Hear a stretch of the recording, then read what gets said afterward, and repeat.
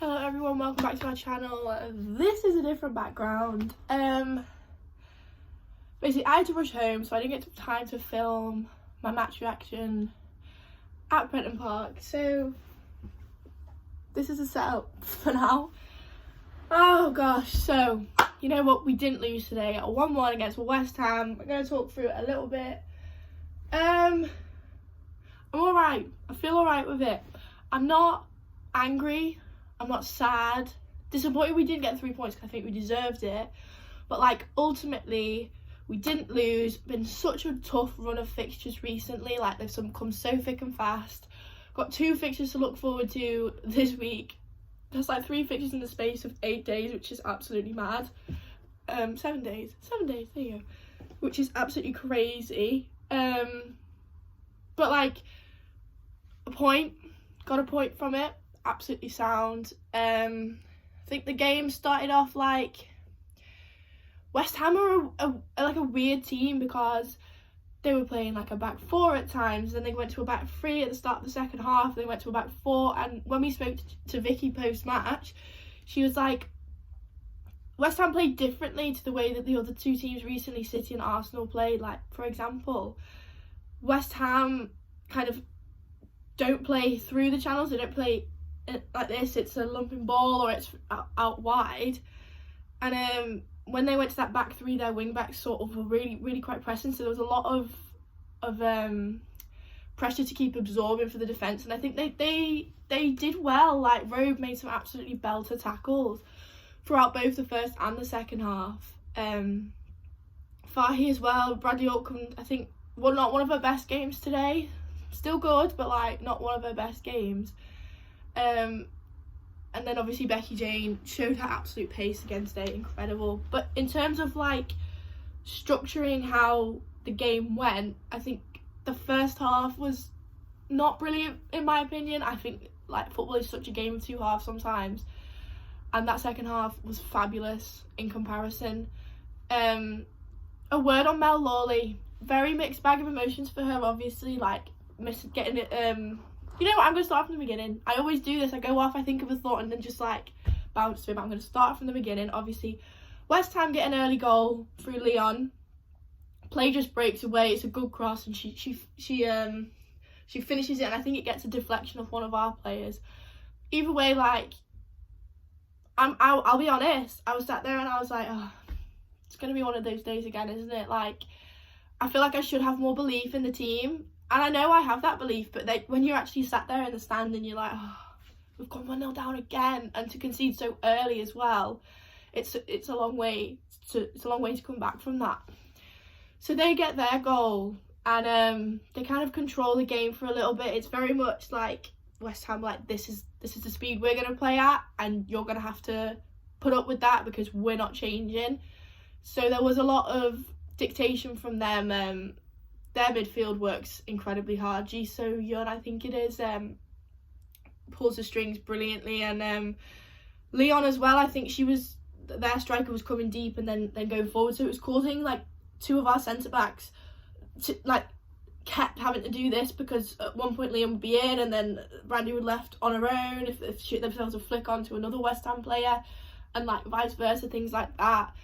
I think Bradley Auckland was slightly too deep. I know us and Chris, who we were sat with, were saying, yeah, she's quite deep on a couple of occasions. But I think it's because we're so terrified to concede, because we're not necessarily scoring that much going forward on the other end. So it's like, no, we must not concede and like have a last minute ditch of trying to get a goal at the end of the game, as long as we keep the scoreline quite minimal at the start. And you could tell that we were a little bit like, okay, in the first half especially, we were like, let's just absorb the pressure and then go into the second half, all guns blazing, trying to get a goal. Obviously going in at half time 1-1. Okay, a lot more chances created in the first half, but not significant enough for us to get it. I think Hodgson looked really quite slow today. A bit slow to get out of the blocks, a bit slow to get to the ball when it's been looped over. So maybe that's a thought of maybe it would be Rince that should have started in terms of her pace, and when she actually came on late on in the second half, like influenced the game, lifted the crowd. Like the crowd, I think she's definitely a crowd favourite and everyone loves her. because she is exciting to watch, and when she drives with the ball, you just know she's going to get past the players, and you just know that she's going to be able to get the cross in. So yeah, I think Hodgson had a difficult day today. Their defenders worked really hard. Obviously, Julie Flaherty, like the experience she's got, so it's difficult, and I think she'll learn from that. She'll look at it again, rebuild, then go back, and yeah, I just don't think it was her sort of game today, and that's fine to say. Like, it's not always going to be easy, and football is cruel sometimes, and sometimes you have great games, sometimes you don't have good games, and I think unfortunately for her today it wasn't the best performance we've seen from her, especially even this season. Coming back out for the second half, strong, willing, Mel Lawley, incredible, literally just dances around players for fun, and what more could you want? Like, she's always in the right place, she's always in space, she finds a yard so easily from being surrounded by loads of different players, like gets a few shots off, feels comfortable doing it, and you just thought, yeah, Mel Lawley's going to score today. Roberts gets taken down in the box, it's a penalty, Mel Lawley steps up, misses the penalty, yes, that hurt, but absolute round of applause for Mel Lawley, who did not let her head drop. She carried on, assists the Niamh Charles goal. Apparently it came off her thigh and into the goal. You know what, at this point, I don't care how we score goals.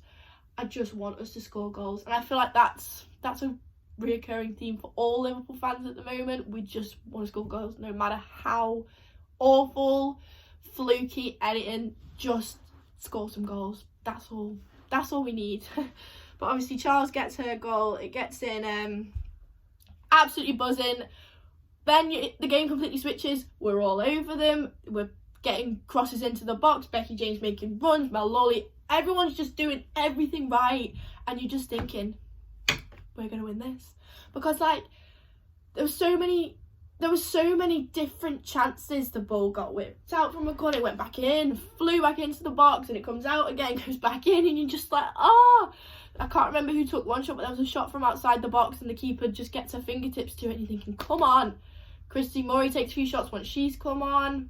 Thought she played quite well when she came on, to be honest. Just think, not sure what's causing her to be out of favour. I think maybe just in terms of fitness, she's not had many games to sort of get some minutes in. But yeah, everyone who came on made an impact. Courtney was holding up play quite well.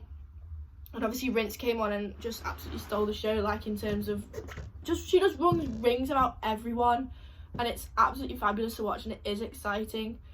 It's a shame she couldn't feature against City, but obviously she declared herself unfit, so you can't do anything about that, can you? But you know what? First goal from open play. Hallelujah, we've got it. 2 goals now in the league. I feel like we might still be in the same league position. I'm not too sure, don't quote me on that. But it's not a loss, and we need to keep thinking positively. Like, there's a lot to take from that, and as long as the team does take the positives away and then works on them and improves on them, what more can you ask for? I feel like I'm like floating down each time you sit up a little bit.